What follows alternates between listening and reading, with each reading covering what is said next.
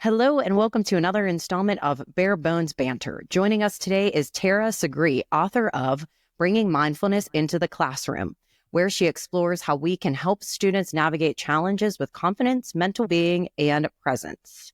Yay! Welcome to the show, Welcome, Tara. Thank you Tara. for joining us. Thank you so Woohoo! much for having me. What an honor to be on your fantastic podcast. Truly It's is. an honor. It's an honor. It is. She's not wrong. No. Tara, it's nice to see you. I don't think I've seen you face to face in about 5 or 6 years. It is lovely. Yes, to it is. Too long. Always way too long, because I think that there are memes on Facebook that tell me that being a grown up is just all about trying to schedule that next meetup with people that you like. So True. here's where we are.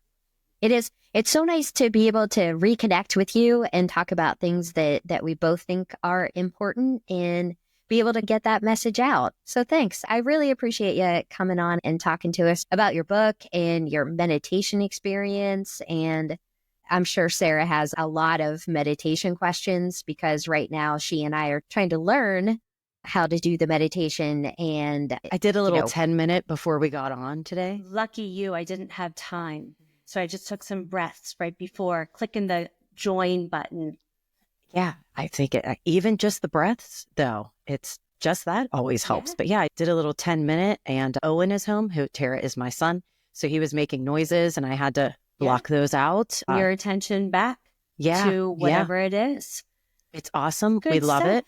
So we're going to go ahead. I do have some questions. I know that I believe Sissy told you, which that's what I call Christine. Yes. Okay. So to start out, can you share with us a little bit about your own personal journey with mindfulness, meditation, and how you came to be so involved or passionate about it? Sure. I think my entire life I've been mindful. I've always been aware of my surroundings, what's happening. I was raised Roman Catholic. And in the Roman Catholic religion, we have the Rosary, where, the beads, where you say the Our Father, Hail, and then you go along the Rosary and do that. And I was always drawn to it from like a young child. So let's say 7 years old, I would say part of it, if not all of it. There were certain parts in my life, but I would say them. And even into adulthood, when I was in spots where I wasn't like necessarily saying the Rosary or parts of the Rosary, like whenever I would get anxious or nervous or starting my day, walking into a building, doing something new, I would just be like a quick Hail Mary. So I think that's where it started. From there, fast forward, I'm a mother of 4 girls. And I have been teaching for over 20 years. Before I was a mother, I was teaching, then teaching for the county, Anne Arundel County Public Schools here in Annapolis, Maryland, for, 3 years. I had moved around. I had taught in Florida for a bit. I had moved around. And when I took this 14-year hiatus from teaching full-time, I was teaching part-time and teaching preschool yoga and teaching at this place called Art Start, which brought in arts. And I was teaching kinder music and all these for preschool, bright beginnings. And so all these different facets where I would bring in mindfulness, I'd bring in breathing and bring in positive affirmations and asking the questions, how can you make this world a better place? So like my 4-year-old or 2-year-old or 3-year-old kid yoga class, before they would leave and they'd get a stamp on their hand, what are you going to do today to make this world a better place? I'm going to draw a picture for my grandma. I'm going to pick up some trash. I'm going to be nice to my brother, whatever it is, even like then. And then still transfer that over. I teach high school right now. And even transfer that over into higher education, because I've taught for Notre Dame of Maryland University, their School of Education, teaching in their master level classes. All of us can answer that question. How can we make this world a better place? So that's what I've always thought, even when I was living in Florida and walking on the beach along the Gulf of Mexico. What am I going to be when I grow up? And still asking that question as a 51-year-old woman, but just really being contemplative and really listening to my heart and my internal compass that always shows you the way. If you're willing to listen, if you're willing to be conscious, if you're willing not to numb in all the different facets that we numb in our society that are almost like the BS rules of it's conforming to society norms. You get home and you crack open a beer, have a glass of wine, you watch Bravo TV or, stream 20 shows in a row, which there's nothing wrong with that, time and place, but also let's give time to listen to ourselves. So I think I've always just been one who has been very contemplative and has always sought direction and answers in nature. I don't live on a beach. I do live on the water, but I have a path through the woods instead. I'm not on the Gulf of Mexico. And I go out in nature and get direction that way, but just being contemplative, just being and breathing brings this peace about you and this calm and this confidence to do your own thing and not to conform. I love that. I love that this started for you at such a young age with the Rosary. Mm-hmm. I think that's an awesome story. I love that narrative. I think back to when I was that young and the Rosary, I was like, hey, can I just throw that around my neck? Yeah, that's really wear pretty. It like Madonna. Yeah. And my mother was like, oh my gosh. But yes, I think it's where it started. I actually taught like religion classes at my church right before COVID in like their prep classes, their CCD classes, and was teaching, I forget what grade it was, Miley. It was like second or third grade. And these kids were crazy. They were crazy. And they gave them to me because they knew I was an educator. They knew that I was a special educator. They knew I could handle it. And I had 15 kids and the kids under the table, kicking the table. And I was like, oh my gosh, okay, everybody, we're in a circle. And I got this huge box of rosaries and I taught them how to do the rosary. And everybody became calm. And then I could actually teach the lesson. So that was the beginning. Yeah. Now in class, it's different. And teaching high school English in 9th and 10th grade, I'm not doing that. We got to keep church and state separate for sure. And, but it's different. It's bringing mindfulness into the classroom can be done in so many other ways that just evoke that same calmness and that peace. And taking that time for stillness. Which is super important. And I think we all forget it. And again, like at the age of 46, I'm just learning how to do it. Yeah. But that's the awesome thing about it is it's never too late to learn how to do it. So going from that, you started bringing it into the classroom before you decided to write the book. What really was the catalyst to say, all right, this book is needed. I need to do this for other educators? I think that I just have done it for so long that all of these tools and planning with other teachers and developing curriculum. And as a special educator too, seeing students really struggle with academics because they don't have the confidence. And there's tons of other reasons why, obviously, but going back to the basics of, okay, let's meet you where you are and build upon your strengths. And that goes for anybody. And so I think I just saw the need, and I work with a great group of teachers that we just were implementing things and really seeing like any sort of behavior problems dissipate for the most part. And then also in 2020, I became officially certified in meditation and started like a side business of doing online meditations for corporate accounts and groups and individuals and kids and teens and for sports teams. And I did all of this, and I was a keynote speaker a few times and was on these different panels. And I was like, I really need to write this stuff down. And I was writing it down, but like really pull it all together to use and to share. And so the book just came about. It was, I didn't have a choice. It was just throwing up all the information of everything in my mind about it, and just came together and formed into using this 30-day challenge in the classroom. But before we can teach our students, we have to be good ourselves. So we have to make sure that we are conscious, that we are making conscious decisions, that we are listening to our heart, that we are finding time to be still, that we know what brings us joy. And that is one of the first things. I have that 7-day meditation challenge in the book. And the book's not just for educators, it's for parents as well. Mm-hmm. Even my mom and her girlfriends have read it and have talked about it and think it's great for anybody. And we cannot pour from an empty cup. If we're stretched too thin, if we're stressed out, everybody around us is going to feel that energy.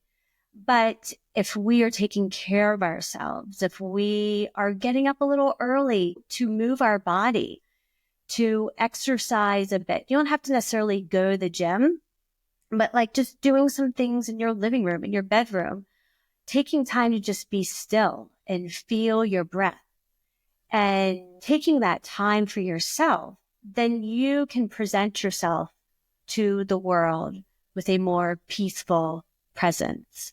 And then that presence ripples out to the rest of the world, to all of those you encounter. And it's important. It starts with us. It has to. Yeah. And thank you. I love, after reading your book, and we also just started reading the Let Them theory, and the beginning of your book and starting to read that as well. I've now started getting out of bed without hitting snooze. Yeah. So I'm a big snoozer. I'm a big fan of the snooze. So so now I get up. I'm trying to get up a little bit earlier and then do a little bit of meditation before I get into the day. So that's thanks to you and the Let Them. And Mel Robbins. She is fantastic. I haven't read that book yet, but love everything she talks about. Put it on your list. Oh, it is, for sure. Sarah, real quick, I wanted to say about that not pressing snooze button. Yeah. So take that snooze time, and like I come downstairs into my living room. I have one chair that's for my meditation. I sit there and there's like already 22 minutes set, or sometimes it's only 7 minutes, whatever it is. And then I sit there and okay, and I like feel my breath, and sometimes I will fall back asleep. But as I start to feel my head drop, then I like can breathe in and bring my awareness back to my breath, or to the positive affirmation I'm saying, or to whatever it is I'm visualizing. But there's only 3 things that can happen when you meditate. You can fall asleep, have thoughts, or sit in your stillness. And having thoughts is part of the process. So like when you and Chrissy were like, we're trying to learn how to meditate, you know how to do it. It's easy peasy. You're going to have thoughts because we have 60,000 to 80,000 thoughts a day. That's how many times things go through your head. And so you can't turn it off. It's just part of the brain. And thank God we have that many thoughts, because that's what makes us creative. That's what keeps us alive. That's what reminds us to do things. But you see the thought, let it pass by as if it's a cloud, and then gently come back to your breath. Yeah, that's what I always do this. Like this is, okay, there it is. And I think that's the biggest misconception about meditation is that you have to sit down and just clear your head. I know. In mine, it's like sometimes my legs are up in like a semi-lotus position, like crisscross applesauce, but most of the time they're just flat on the floor. And so you can just, instead of having that snooze button, pull yourself into another room. You start to have this like lucid dreaming, and you can just sit and practice bringing your awareness back. Yeah, I love that. I think that's great. Christine, I'm sorry. You keep unmuting and I keep talking, and I feel like I'm not letting you talk. So welcome to the party. Hey, thanks, guys. I appreciate you letting me talk. No, I think that the one thing that I wanted to touch on that Tara said was about how accessible the book is. So yeah, it says it's for educators, but it's really for everybody. And it really highlights the benefits of just taking a little bit of time and being able to do this. Based on my experience, what I get out of meditation is the pause before the hyperactive act, right? Like it's the pause to let me make a good decision. So I find if I do get the chance to meditate, I'm not so much running from this to this. It's I'm doing the thing. I'm able to take a second and be like, okay, what's the next thing that I can do now that's going to be the most productive? What's the next thing that I can do now that needs to get done? And it's very similar to how I feel when I'm very appropriately medicated. So if that makes sense to you guys. So it helps me to do the things that I need to do in a way that makes sense, not just running from the next thing and jumping from here to here to here to here. And it gives me the chance to build on that activity and make it work for me. And we all have our challenges. We all have our daily challenges as human beings. But like you're saying, when we take that pause, we respond to the challenges instead of reacting. And there's a huge emotional difference there than when we don't take that time. When we don't take that time and we already feel stressed, like that's the energy, that's our wound. We get wound up. But if we can take that time, because meditation sharpens your cognitive ability. It makes you more decisive. It makes you more creative. It makes you more empathetic so that you can collaborate with others and really lean in and hear what they're saying.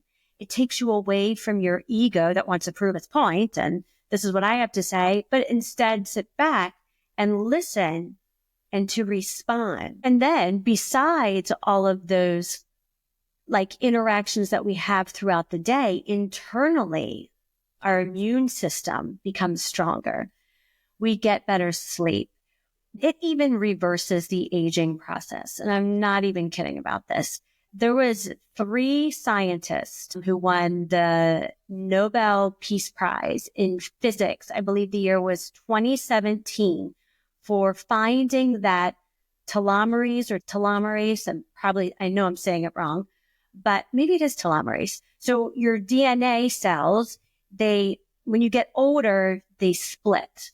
And the bottom of the DNA, I'm totally getting this so wrong. A medical doctor is going to be like, this is so wrong. But the gist is correct. I'm pretty sure we don't have all that many of those listening. It has these telomerase at the bottom that are like shoe caps, like on your shoelaces, like the little shoelace caps. And so when they split, the shoelace caps disintegrate, and that's where we start aging and getting diseases and our immune system goes down. But with meditation, these 3 scientists from physics found out that your telomerase grow back. It literally helps reverse the aging process, slows down the aging process, at least, let's say, and makes you healthier. So for anything, I'm like, oh, that's awesome. But of course, you get all the other benefits as well that come along with just taking 12 minutes a day. Oh, and that was with 12 minutes a day. Their study was with 12 minutes a day, or even 7 minutes, or whatever it is. We all have 12 minutes. Yeah. Right? And you that's could find the 12 deal. minutes. When you dedicate this time, you make up for it tenfold during the day because you have more clarity. Christy's saying that she's able to do the next thing and make decisive decisions about what needs to be done next. Where do I need to place my energy? Because you're level-headed, you're clearer, you're able to focus more. And with all of our students and people in the world who have like ADD, ADHD, it's actually a gift if you can handle it. People who have attention issues are our creators. They're the ones who think outside the box. Even though they might struggle in school, they are actually better learners sometimes because they have to, and When you meditate though, and you're sitting there and you're in your meditation and you're thinking about having to go pick up dry cleaning or whatever else, you're like, wait a second, I'm meditating. I'm not going to think about that. Then you gently bring your awareness back to your breath. And so you're training your brain to focus better. You're training your reaction or response, let me say, to instead of getting on yourself like, gosh darn it, I've been scrolling on TikTok. No, like you bring yourself back to what it is you're supposed to be doing. I love that. I love the neuroplasticity. That's because that's one of my favorite words. Mm-hmm. Yes. Yes. And I will say, in full disclosure, I haven't had a chance to pee yet today. Sometimes you just don't have the opportunity. But we're not talking about. No. Yeah. Is that what we're going for here? Do you need to take a potty break? No, I have a point. Okay. Of course you do. Every day is not like this.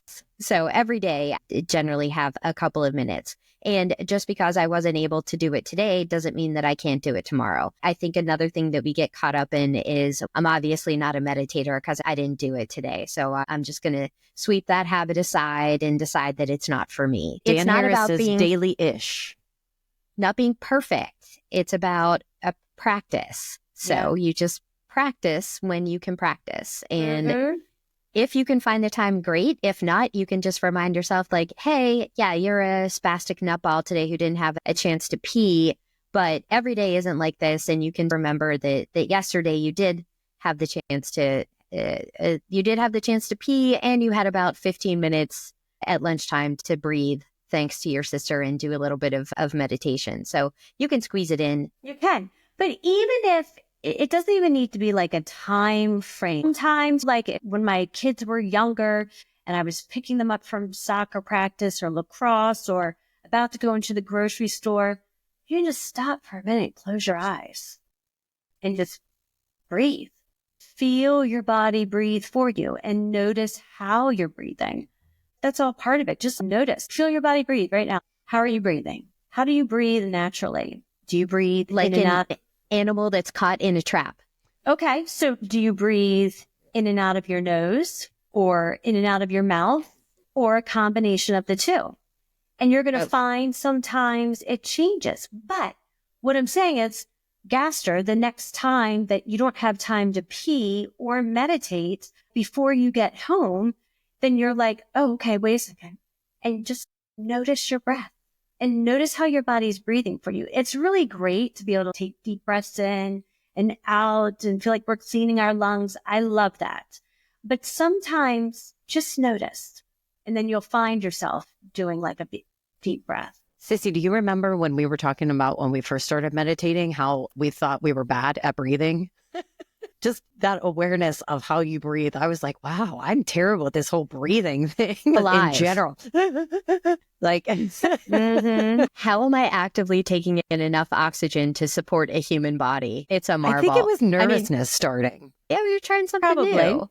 Yeah, I felt like that's what it was with me. So I'm going to go back to the book. I just want to make a statement about the book. For anyone who's thinking about picking it up, don't hesitate. Please get it. It's a super simple read. And that's what I really loved about it, is that it was a quick read, yet it includes so much information that could be truly helpful. And again, not just educators, but also to parents. So I just love how the book was written. I know, Sissy, we had chatted about that as well. Thank you. And it also has there's a workbook within it. There's the journal prompts. It gives you pages for those journal prompts, because part of figuring out who you are, where you want to place your energy, what is it that's important to you, is all about that reflection. And the way that you can get to that, one way is through journaling. So there's tons of journal prompts in there as well. I love that. I like that too. Yeah, I'm gonna use it. I'm gonna use the workbook parts. I'm gonna go through the 7 days. So I'm excited about doing all of that. In fact, that was one of my thoughts while I was meditating today. I was like, oh, I'll think about that later. But anyway, so as educators, what do you think, educators who are new to this, what do you think their biggest challenge is getting started, and how can they overcome that? The biggest challenge with everything in life is just doing it. Whenever you're starting something new, And of course, it gives you all sorts of ideas of what you can do. I'll tell you, teaching 9th and 10th grade, the beginning of the semester, I work in a collaborative classroom. So there's 2 teachers. I have my master's in leadership and teaching. Ashley Goldberg has her master's in English. And then my 9th grade class, Megan Welsh has her master's in English, and I have my master's in leadership and teaching. So we come together, and it's a collaborative classroom where there's 2 teachers because half of the students have IEPs or 504s, which are set in place, individual education plans for students who struggle academically. So I'm able to meet these students where they are, figure out what their strengths are, figure out how they learn best, figure out how to assess them best, and then we go from there. And we can do all sorts of scaffolding. And we have, it's just a standard English 10 class or standard English 9 class. It's not honors where you're required to do a lot of independent work. It's not AP. So the beginning of every semester, we'll start off, instead of getting to know you, walk around and make a friend or do something. We do a number of different things, but that's not one of them. It's Google. Get out your phone. Go ahead. For this time, because we don't allow any phones in our class, but for right now, go ahead and get out your phone. Find an inspirational quote that means something to you. And then they find a quote that they can resonate with. And then we have them put it on a Google slide. And then, why does this quote resonate with you? We'll ask them that. And then they turn that into us. For one, it teaches us a lot about our students and helps us build rapport with them. But also then we have like warm-ups every day up on the smart board, like where they have to answer questions or they have to do something. And we'll put one of their quotes up there. And we won't put their name. We won't say Chrissy Gaster. It'll just have the quote. And if the person who said it, Theodore Roosevelt, whoever, Abe Lincoln, whoever. Teddy. Whoever, we'll put that down. But then that way students come and they're like, oh, that's my quote. So besides the quotes, every day in both 9th and 10th grade, we start off the day with independent reading. And when we're not reading a novel, we take the students to the media center. They pick out a self-selected book, so they can pick out a novel, they can pick out a personal growth book, they can pick out a historical biography on somebody, even a magazine or a cookbook even. It doesn't matter. We just want them reading. But so then the first 10 minutes of class, when students come in, or first 15, 20 in 10th grade, if they have to answer a question or whatever, then they go right to their independent reading. It brings them this calm. So here you have this chaos of a high school and the hallways, they're crowded. You remember high school. And then they can come in and just have this moment of peace. And then they're ready to learn. And they're engaged. We have 0 discipline issues. Like really, I think I can think of one this year, and it was with a 9th grader, because 9th grade is a big transition year too. But it was like, it took care of it right away because I had a rapport. But regardless, what I'm saying is like discipline issues in the classroom disintegrate, completely melt away because you're allowing students that moment of calm. And then they stay in that moment of calm. So we do that. And then we also do, in English 9, typically a quick write. And sometimes it's related to the curriculum of the day. And sometimes it's introspective, and where they have to journal about themselves. In fact, all of those journals within Bringing Mindfulness into the Classroom, my book, I have used in the classroom. It's easy, something like that. Or the other thing I do every day is just play music, classical music, beats, play whatever it is that doesn't have lyrics, so that when students are doing their independent work or even reading, like I just have it on when I can all the time, they just hit in this, oh, that's really nice. You know? So those are just simple things that we do. And then, of course, meeting the students at the door every day and saying hello. talking to them. If you know that they just had a play, oh, how was your play? Or whatever it is, just building that relationship with them. But that's all about being conscious and mindful. Also making sure that you as the teacher have taken time to do whatever sort of routine you need to get yourself in a place where you can pour, and you can pour that peace, pour that calm into your students. It's really important to make sure that we remember that we have to take care of ourselves. Put your mask on first. Yeah. That's what I did. Yeah. And then in the book, I talk about the collaborative podcast that I have with Global Tinker, which is on YouTube and then all podcast platforms. Yeah. And so there's a visual version that is an animated scene of a city at sunrise, and there's just some kites going back and forth, and there's some wind chimes, and you hear my voice doing like a 5-7 minute meditation. There's 27 of them on YouTube. 23 of them are in English, 4 are in Ukrainian, and they have over 2 million views. Oh, wow. I checked that out the other day. I was just curious. I was like, how many of these do I have? Like, how many? And I was like, oh my gosh, there's 27. That's awesome. And then I'm in the midst of doing another collaborative meditation project with Global Tinker. We do them all the time, but it's like the organization for like a national organization for eating disorders. And it's all about like body gratitude and self-compassion. I'm in the midst of recording those right now. But when I was talking to my producer, my two producers, Olivia Levinson and Sep Riahi, through email about this, and I told him, I was like, do you realize we have over 2 million views on YouTube? It's actually more than that. He's in the podcast itself has been downloaded in over 50 different countries. That's so like awesome. The podcast, that's amazing. Super great.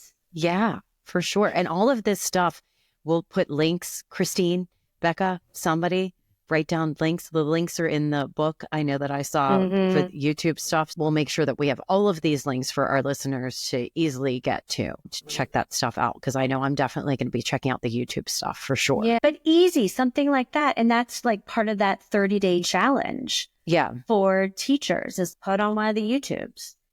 And so for 7 minutes, like students can meditate or they can watch the screen, especially when you're first starting out and they're not quite sure what to do. And so everybody else closing their eyes. But I even say you don't have to close your eyes. You can just rest your gaze somewhere in front of you. Yeah.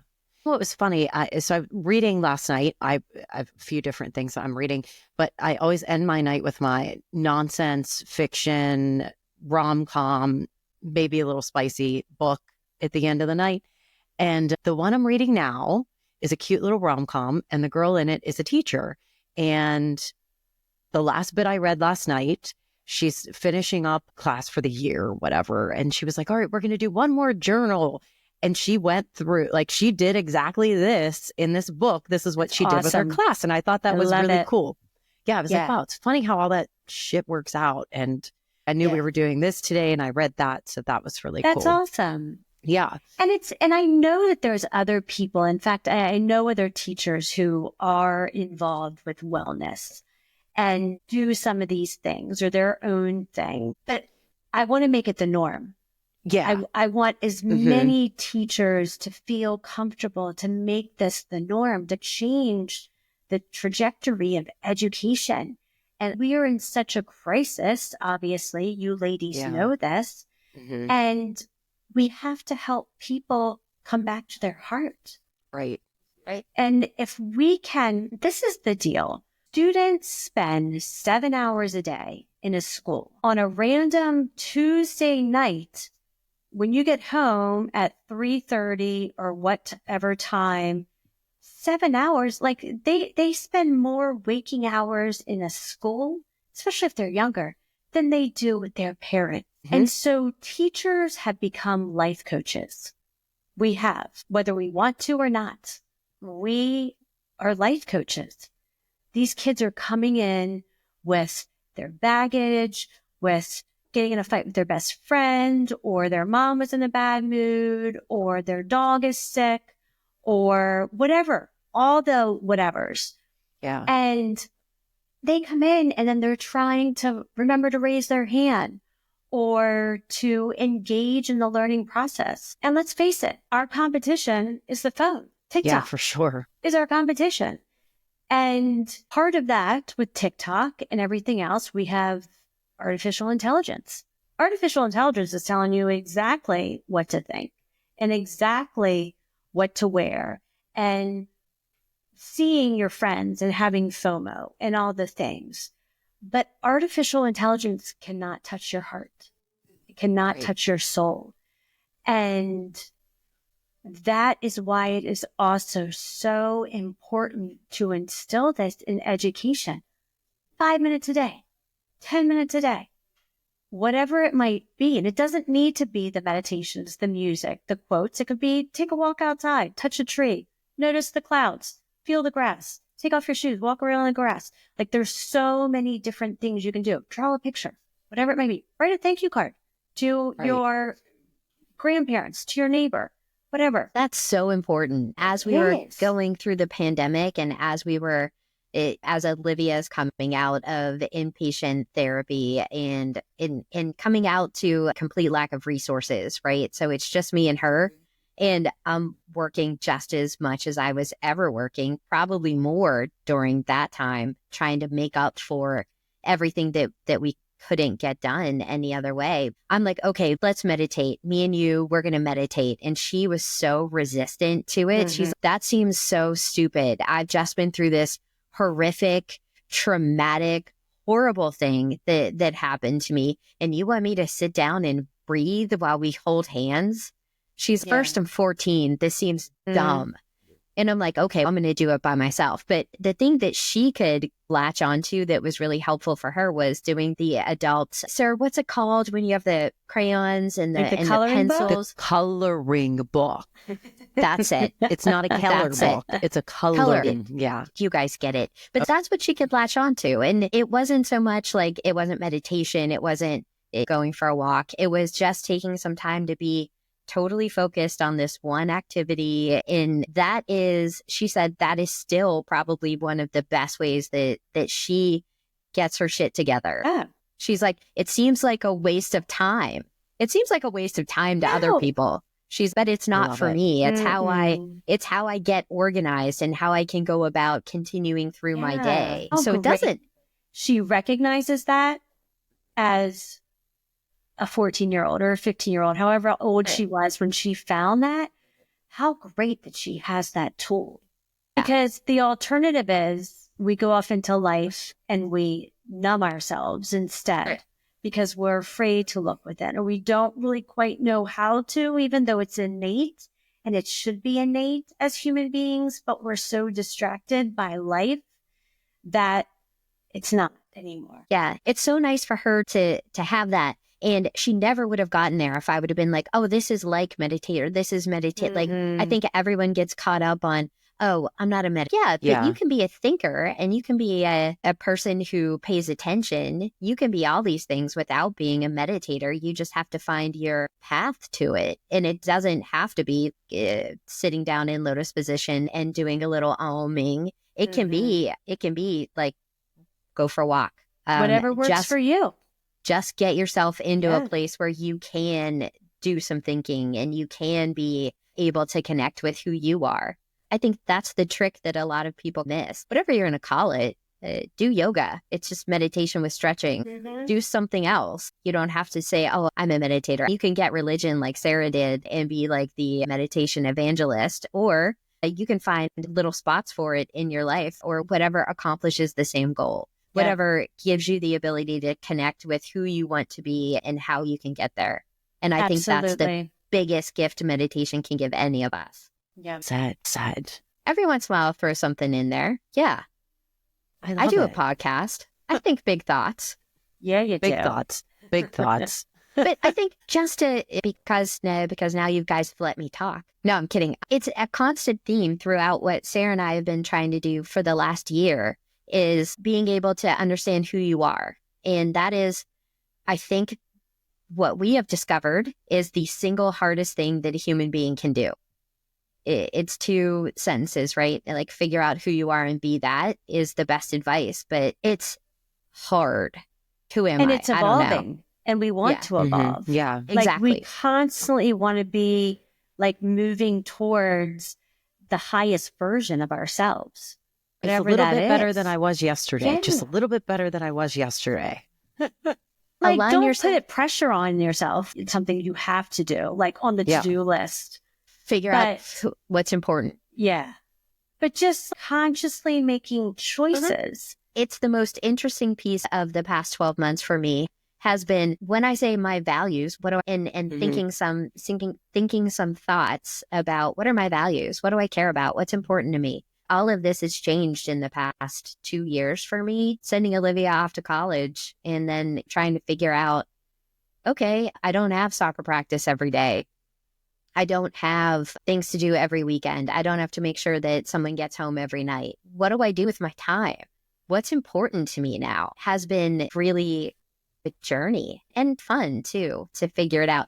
Hard, challenging, impossible some days, and really an experience to get to do that with Becca, the intern. I'm not going to let Owen get his driver's license just so I have something to do for the next Why 3 do that years. to yourself?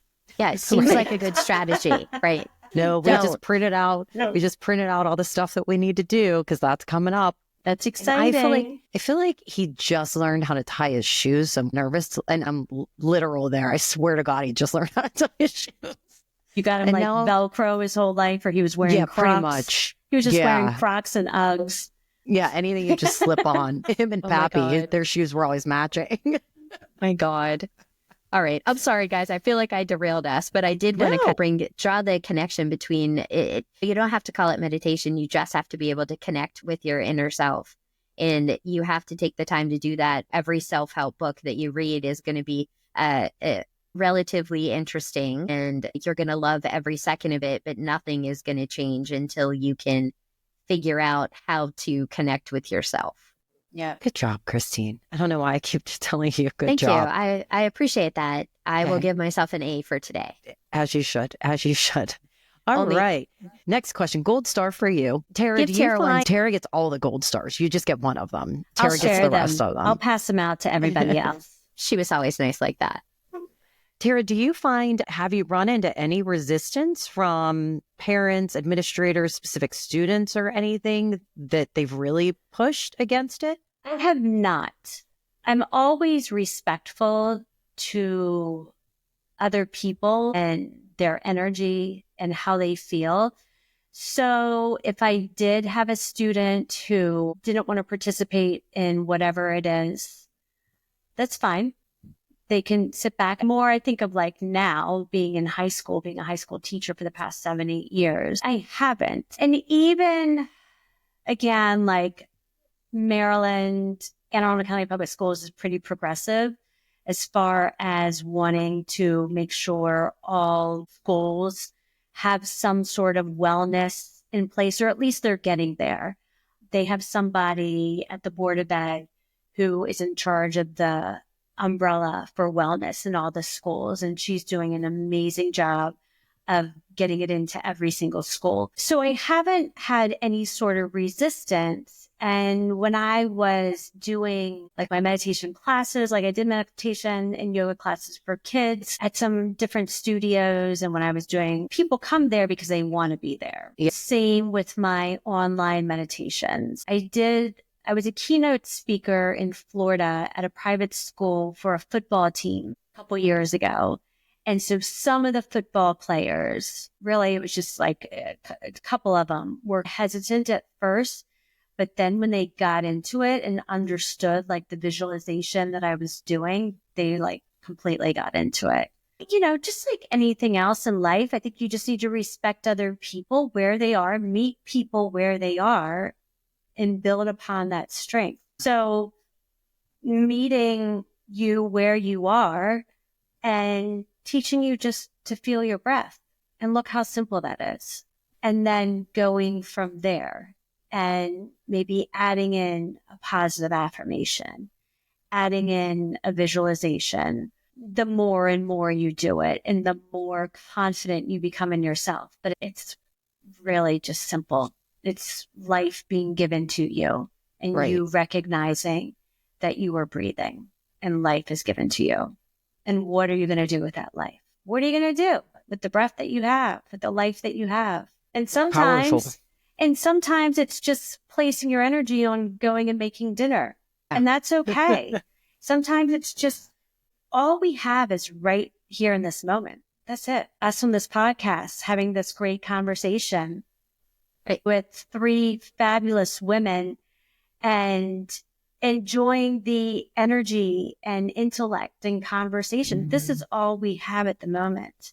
And who knows what tomorrow will bring. So just take in for right now what it is. And I think that's the best part of it. And Yeah. at least for me, that's the best part of it, because I'm a very anxious person and I'm always ahead, like trying to think too far ahead, or the other way. I'm thinking about the regrets from the past. Like don't go back into the past. before getting into this stuff, I was in either of those places. I was very rarely here. No, you got to be here right now. And it makes a huge difference.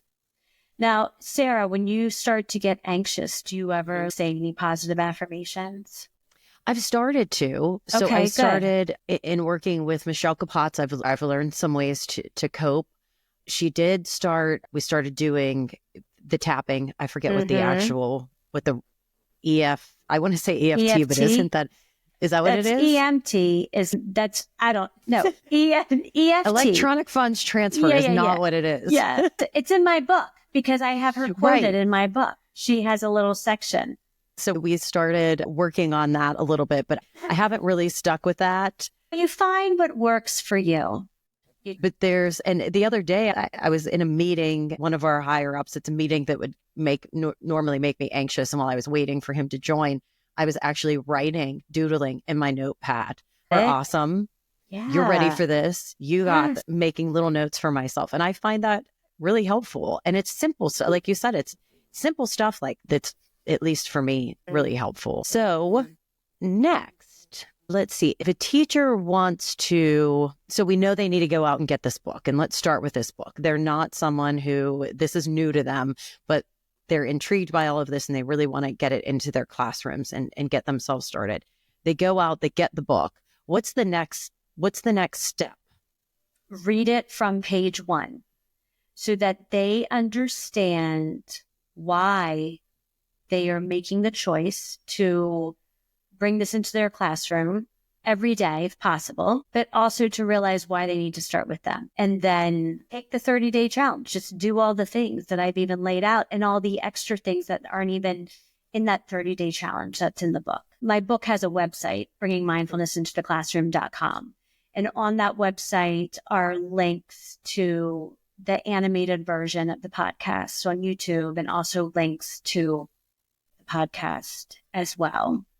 And that'll be uploaded with different things as the months go on as well, different resources that teachers can use. I was actually on the website today, and that's what I have over here that I'm looking at. A couple things that I noticed that I thought were pretty cool is our grammar. And I was just about to say the website's super easy to navigate, and it really is. Oh, good. Thank you. Yeah. Here we go. The workshop for parents, assembly for students, professional development for teachers. So you do all of that. You offer those. So they can go onto your website and take a look into that. Yes. So I have professional developments for teachers where I'll go to a school and we'll teach them these tools. We'll teach them, we'll do a meditation so that they see how easy it is. Yeah. And there's a scripted one in the book as well, which I just recorded the audio version a couple of weeks ago. So that'll be out in audio format where they could even just play it if they wanted to. But the professional development will give teachers the tools, will give time for discussion, reflection, questions, all of that. And then also what would be really great about that is popping into different classrooms as well and just helping them with specifics. And then assemblies for students where just because I've worked with so many children of all ages, from 2 through master's level in higher education, and teaching them how to be mindful, different ways of being mindful. I have a couple of manipulatives that I use in showing about the thoughts and then how the breath settles the thoughts. And then workshops for parents, and really with parents, helping them to realize that their child is its own being and they have their own path to walk in life. And we can't keep trying to steer them back to the path we want them to be on, because it's not our path. It's their path. And part of our issue with our mental health crisis is we're a generation that grew up with little better than the generation before, of the depression, scarcity generation. We're like 2 generations out of that. And so we kind of had Forenza or Outback Red, like all the different, we were like the first generation to get what we wanted and to conform to these trends, if you will. And so we're now bringing up our children in the same way. We want them to be on the best soccer team, the best lacrosse team. We want them to have private voice lessons. We want them to have Suzuki training and violin. We want the best for our kids, which of course we do. And if we are privileged enough to be able to afford these things, we want them for our child, but our child might not want that. And it's a lot of pressure, a lot of pressure. And it's also a lot of pressure when we're like, why did you get a B? You should try harder next time in physics. And it's not everybody is a scientist, and not everybody is really great at math, or French doesn't come easy to them. And we have to grant grace to our children. But again, before we can grant grace to our children, we have to grant grace to ourselves. Be like, it's okay. And being a perfectionist is not the way to live. And keeping up with the Joneses is not what you want to do. There's so much about our parenting, and we really need to accept our children for who they are.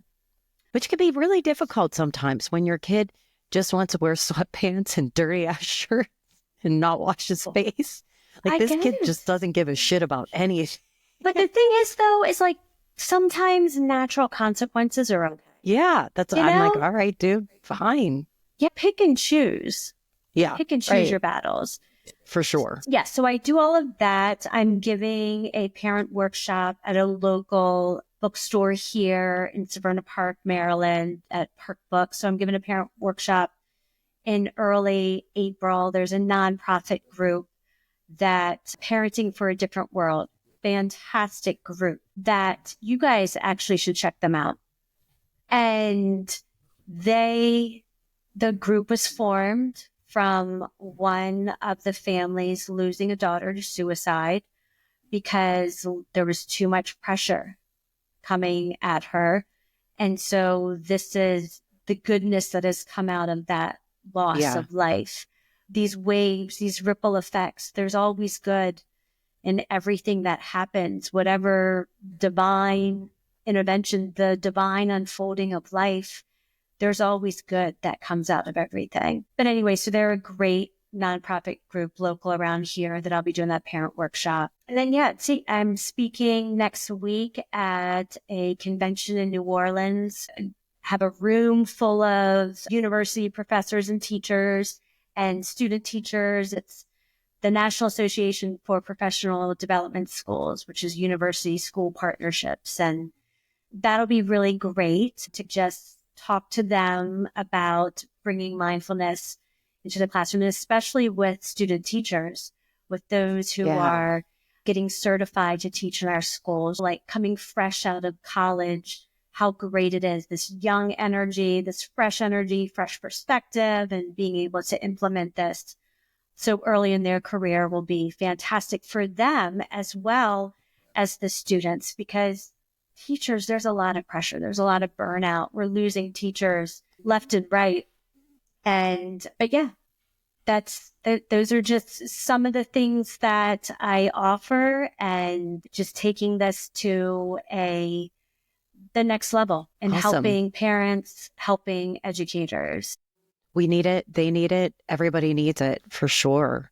So is there anything else? I'm going to wrap us up with one more question. Is there anything else that we didn't talk about that you feel our listeners need to know, that there's anything, just anything that we missed that you might want to share with everybody? And you could say, no, we got it. What's coming to me is that we all want the same things in life, right? We want to feel loved. We want to give love. We want to be healthy. We want to have a roof over our head. We want to have peace. And the only way that's going to happen is to start with us and do the little bit we can to bring peace to our world and allow that to ripple out and to ripple out into our communities, into our state, into our country, and blanket this earth with peace, which is what is so desperately needed. But yeah, for sure. It's got to start with us. So drag yourself into that chair, sit for as long as you can, and just feel your breath. Add in a positive affirmation. I am strong. I am resilient. I am light. I'm love. I trust. Or just thank you. Like just having those moments of gratitude. Thank you. And just repeating that. But let it just start with us. It has to. Awesome. I don't think I could have wrapped it up any better than that. So No, I was going to try. no. Yeah, I think I'm good. Yeah, I think that Right, wraps it up for us. Tara said. Yeah, Tara, thank you so much for taking the time to do this with us. We really appreciate it. I'm super excited to share this book, like I said, with my educator friends and, of course, with all of my parent friends. I'm sure that Christine will do the same. And just for all of our listeners, any of the links that we mentioned, all of Tara's information, we'll have that all in our show notes as well. And I think that's it. Awesome. Thank you, ladies. Tara, I will tell you the same thing I tell my sister when we're done with these things. I love you. I miss Love you. Oh,